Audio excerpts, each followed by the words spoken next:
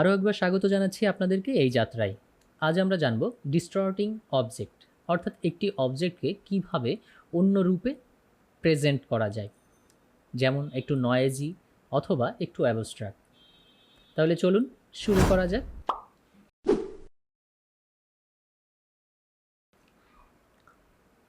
আপনাদের বোঝার জন্য আমি প্রথমেই কতগুলি বক্স এবং যে বিষয়বস্তুর মাধ্যমে এই শেপগুলোকে ডিস্ট্রয় করা যায় বা ডিস্টর্ট করা যায় সেই নামগুলি লিখে রেখেছি, এবং এক এক করে ঠিক এই অপশানগুলি দিয়ে কিভাবে করা যায় সেগুলো আমরা দেখব।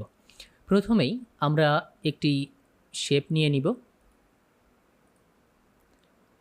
আমি একটি রেক্ট্যাঙ্গুলার শেপ নিয়ে নিচ্ছি।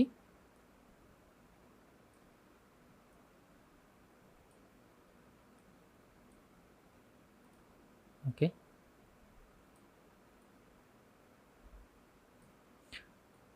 আমি অল্টার প্রেস করে কপি করে নিলাম। অল্টার প্রেস করে আপনি যদি মাউসের বাম বাটন প্রেস করে টান দেন তাহলে সেটি একটি কপি হয়ে যাবে। আচ্ছা, তো প্রথমে আমাদের যেটা আছে ফ্রি ডিস্টর্ট।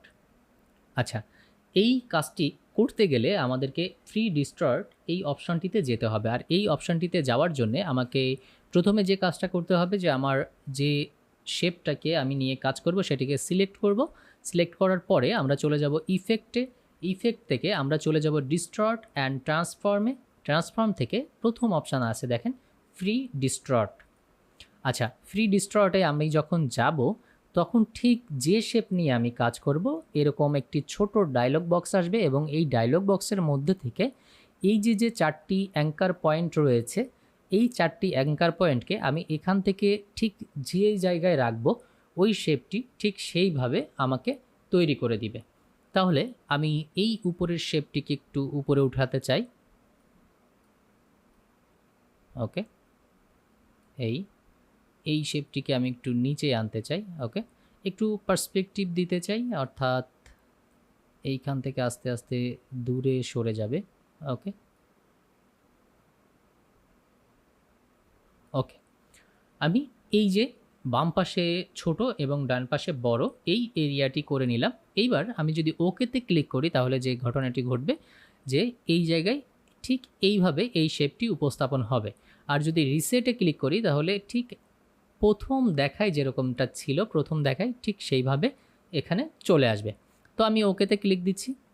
খেয়াল করে দেখুন আমার শেপটি ঠিক এইভাবে উপস্থাপন হচ্ছে, কিন্তু আমার বাউন্ডিং বক্স কিন্তু ঠিক আগের রূপেই আছে, অর্থাৎ এটা একটা ইফেক্ট। হ্যাঁ, যার কারণে এটাকে যদি আমাকে ঠিক এই শেপের মতো করে বাউন্ডিং বক্স আনতে হয় তাহলে আমাকে যে কাজটা করতে হবে, আমাকে চলে যেতে হবে অবজেক্টে। অবজেক্টে যে এক্সপেন্ড অ্যাপিয়ারেন্স করে ফেলতে হবে। করলে ঠিক দেখেন এইবার পুরো শেপটা জুড়ে আমার বাউন্ডিং বক্স আসছে। ওকে, এইবার আমরা দেখব 2 নাম্বার অপশান, পাকার অ্যান্ড ব্লাড। আচ্ছা, এর জন্য আমাদেরকে চলে যেতে হবে ঠিক আগের মতো।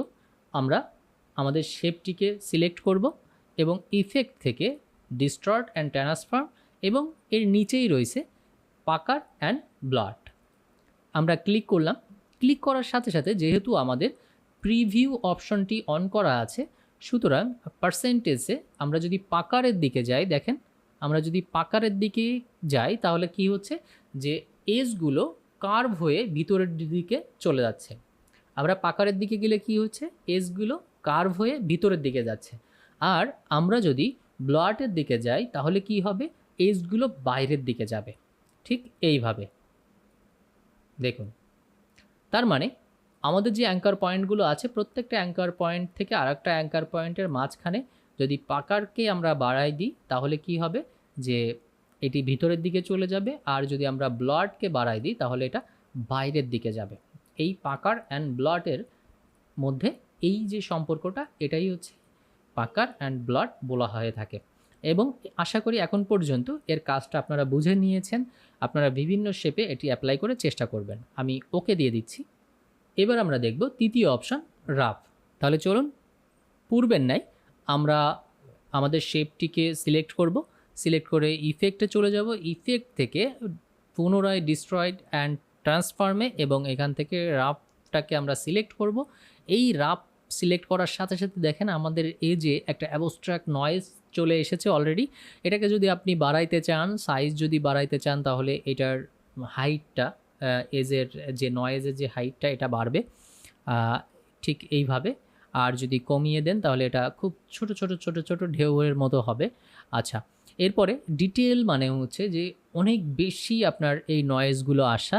যেমন ধরেন এইভাবে যদি আমি দিই, দেখেন এটা ছোট তো আছেই, উপরের অপশন সাইজ থেকে আমরা ছোট করে নিয়েছি। এখন নয়েজের পরিমাণ আমরা বাড়িয়ে দিলাম। আচ্ছা, এইখানে আছে রিলেটিভ আর অ্যাবসোলিউট। অ্যাবসোলিউট দেখলে দেখেন আরও বেশি চিকন হয়ে গেছে। হ্যাঁ, অ্যাবসোলিউটে আরও বেশি চিকন হয়ে গেছে এবং নয়েজটা খুব ঢেউয়ের মতো, খুব ফিনিশিং টাইপের আসছে। আচ্ছা, আর এইখানে আসছে স্মুথ আর কর্নার।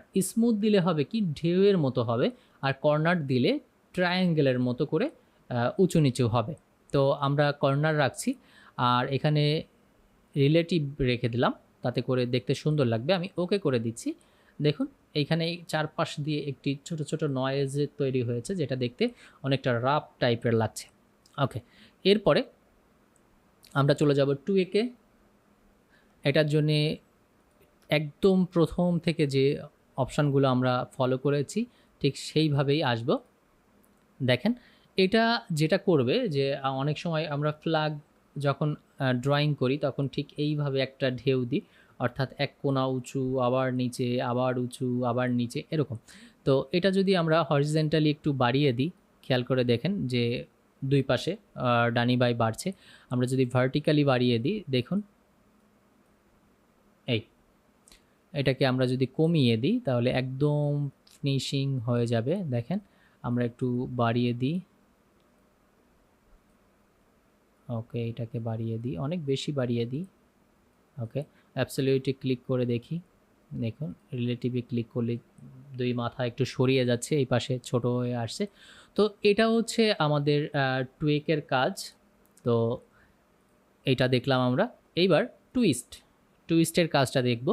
আমরা অনেক সময় এই ওয়ার্ডটা অনেক ক্ষেত্রে ব্যবহার করে থাকি। আমরা পূর্বের নাই ঠিক একইভাবে যাব। এইখানে দেখেন যে অ্যাঙ্গেল লেখা আছে 0 ডিগ্রি। আমরা এখানে যদি একটু বাড়িয়ে দিই,